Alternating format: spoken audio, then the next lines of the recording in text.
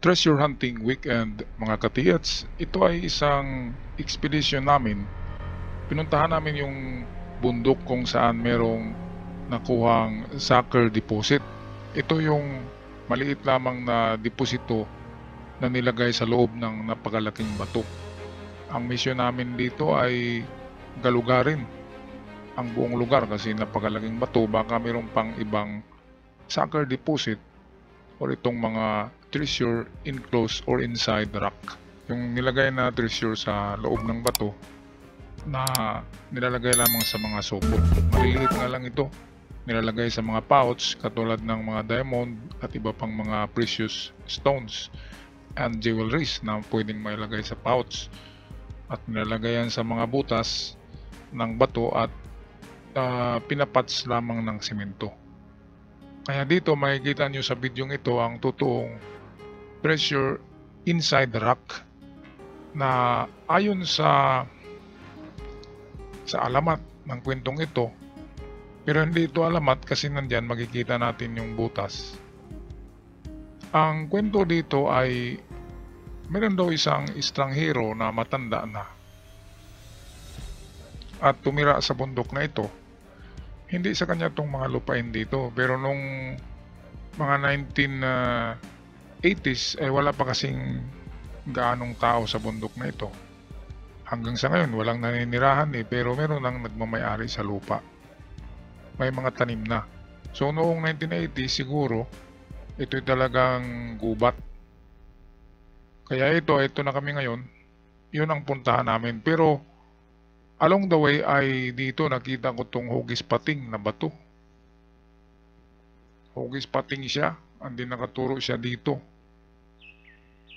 Itong napakalaking parang bahay na kasing laki na bato. Hindi pa ito yung bato na nilagyan ng sucker deposit or itong quick deposit na tinatawag. Ibang bato pa yun, nasa baba pa kasi nasa tuktok kami ngayon ng bundok. So kanina yung pagpasok pa lang namin dito, merong ulo ng pating na nakaturo diyan. Yung ulo ng pating napakalaking bato, kung nakita nyo yung entrance, yung entrada ng video. So ito yung tinuturo ng ulo ng pating sa baba. Mga 50 meters. Napakalaking bato niyan. Kaya pwedeng meron ding itong tinatawag na quick deposit. Ayan. Kinakatok ng ating kasama. Pwede diyan sa mga malalapad na parte. Ang malalapad na parte kasi ay, ng bato ay kapag ikaw ang magtago, di ba? Ay diyan ka magbubutas. Bubutasin mo yan. And then gagawa ka ng maliit na chamber doon. May lalagay yung itatago mo. Pero wag mong lagyan ng marka para hindi di ba? Hindi mahalata na meron. Ang gawin mo diyan, ang marka mo ay malayo lang diyan. So ganun din ang Hapon.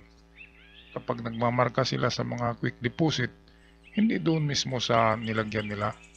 Dumidistansya para naman maligaw yung naghanap. So ito yung malapad na parte ng bato. I-detect natin gamit itong ating Minelab detectors. Meron yan sa Bourbon, napakarami. Yung akin, ito yung pinakauna na pinalabas, exclusive na edition ng National Geographic. At ang sumunod niyan ay yung mga GoFind 40, GoFind 60, GoFind models ang tawag. Ito ay patunoy ang tawag ay National Geographic Edition. Ginagamit kasi ito sa National Geographic na mga nila, videos. Ganitong modelo at limited edition lang. Made in Australia ang original nito. Itong hawak ko, made in Australia. Mahal pa ito nung unang labas. Ngayon, mura na kasi mass production na yung paggawa niyan. Sa Bourbon Electronica, tawag lang kayo kay Roniel 0975-6675-030 at merong sale ngayon sa Bourbon Electronica. Merong December sales sa lahat ng items. Sabihin nyo lang ako ang nag-recommend para bigyan kayo ng karagdagang discounts. Okay, 0975-6675-030. Numero yan ni Roniel. Siya yung hanapin nyo. At Pasko ngayon, di ba? Merong mga bonus kayo, mga 13 month. Anong gagawin nyo sa mga bonus nyo? Kailangan gumastos talaga kayo sa mga gamit sa treasure hunting para hindi masasayang yung pagod nyo. Ito, ang importansya naman ng dowsing ay madali siyang makapaganap ng mga anomalya sa lupa.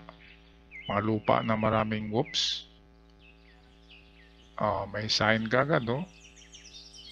Yang nadulas ako dyan, malapad kasi yan na bato.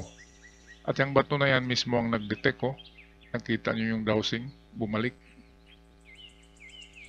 So maganda, pwede niyang malapad na bato ay takip lamang yan sa quick deposit na malapit sa napakalaking bato. Kaya no. At mamaya magtaka kayo, sa pendulum ni Penduluman ay nag-detect din siya. Kaya pwedeng tinakip lang talaga yan. Pwedeng yung malapad na bato ay takip. Okay, sa mga kasama ko dyan, kung napanood nyo yan, napanood nitong video, balikan nyo yung lugar at alam ko hindi nyo pa nahukayan eh. Balikan nyo yan and then hukayan nyo yung baba ng malapad na bato. Yung doon ako na-slide at saka yun ang na-detect ni pendulum. Doon umiikot ang kanyang pendulum. Kaya mga kaibigan ko dyan sa lugar, hindi ko nabanggitin ang lugar. Alam ko isa sa inyo magkapanood niyan. Balikan nyo yan. Kasi maganda eh. Nag-detect sa dowsing, nag-detect sa ating AKS, yung umiikot na helicopter. At nag-detect din sa pendulum ni Penduluman. Kaya maganda. At yung malaking bato ay mayroong buta sa harap eh. Pwedeng marka yun na dyan lang sa harap, 4-5 meters. Walang mawawala sa baka sakali. Importante, mayroong detection. Kaysa wala, di ba? Yung iba nga, panaginip lang eh. Hukay na nila. So ito yung numero ni Roniel, 0975-6675-030. So ayan, tingnan natin ka pendulum mo. Nagdi-detect siya, ayan o, umiikot siya. Okay, so confirm. Sa buong paligid ng malaking bato na yan, ito lang yung merong detection. At swerte, malapad na bato. Pwede. Okay, so patuloy na kami ngayon. Doon na kami sa yung lugar kung saan nakuha daw ng matanda na naninirahan dyan ng matagal. Yun lang ang hinahanap niya eh. Isang sucker deposit lang eh. Treasure enclosed in the rock. Big rock, hindi maliit ha. At nang makuha daw ng matanda yun, of course, biglang naglahong parang bula. Naglaho siya. Sibat kaagad. So ito na, finally, mga totoong quick deposit sa malaking bato. Meron siyang dalawang malaking dots. At hindi kalayuan dyan ay narito. Ito na yung maliit na chamber niya. Ayan o. Merong 1 foot na lalim. 1 foot lang ang lalim niya. Ayan, so siguradong mga diamonds ang laman niyan. Kasi ano lang eh, maliit lang siya, pouch. Ang diamond naman eh, isang pouch eh, milyon na yun eh. Isang pouch lang ng diamond. Kung may kasama pa yun na jewelries, mas maganda. Kasi may ginto. So, yan ang technique mga katiyats. Yung matanda dyan, walang detector eh. Pinupukpuk lang daw ng matanda lahat ng bato na malalaki. Yun lang ang trabaho ng matanda, pinupuk-puk-puk niya hanggang sa natamaan niya talaga ang chamber na butas. Ayan, oh. So yan ang palaging sinasabi ko sa inyo na dala-dala kayo ng maliit na maso sa bundok. Kasi kahit walang detector ay pwede niyong bayuhin ng maso ang mga bato.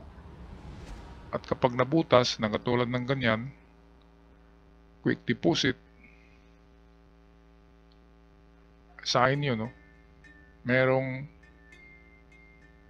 ibang dot dito, kaya i-detect ko itong baba nito.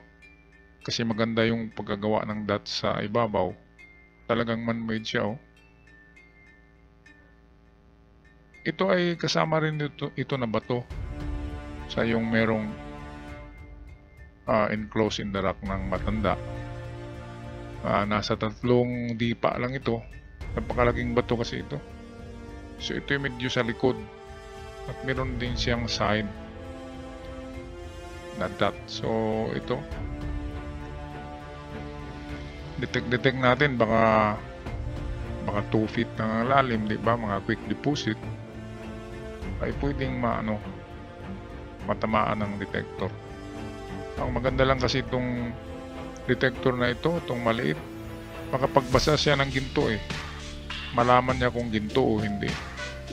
Kaya nga lang mababaw lang ang ma-detect niya, kaya maganda siya sa mga bato, yung mga enclosed in the rock katulad niyan. Yan ay mga malapad na portion ng malalaking bato. Yan ang magandang i-detect kasi baka merong katulad ng kanina, yung nakuha ng matanda. Okay, so far wala tayong na-detect. Kaya nga umabot daw ang matanda diyan ng 3 taon daw sa paghanap diyan sa kabundukan na yan. Dahil sa hindi ganyan kadali ang paghanap ng binao ng hapon. Tayo, isang araw lang tayo dito sa bundok Yung matanda, 3 taon. Okay, so yun lang, merong isang positive na area. Yung na-detect natin kanina ng pendulum at dowsing at ng ating AKS, yung may malapad na bato. Okay, so ako'y magpaalam na. Maraming salamat. God bless us all at huwag kalimutan mag-subscribe sa ating channel.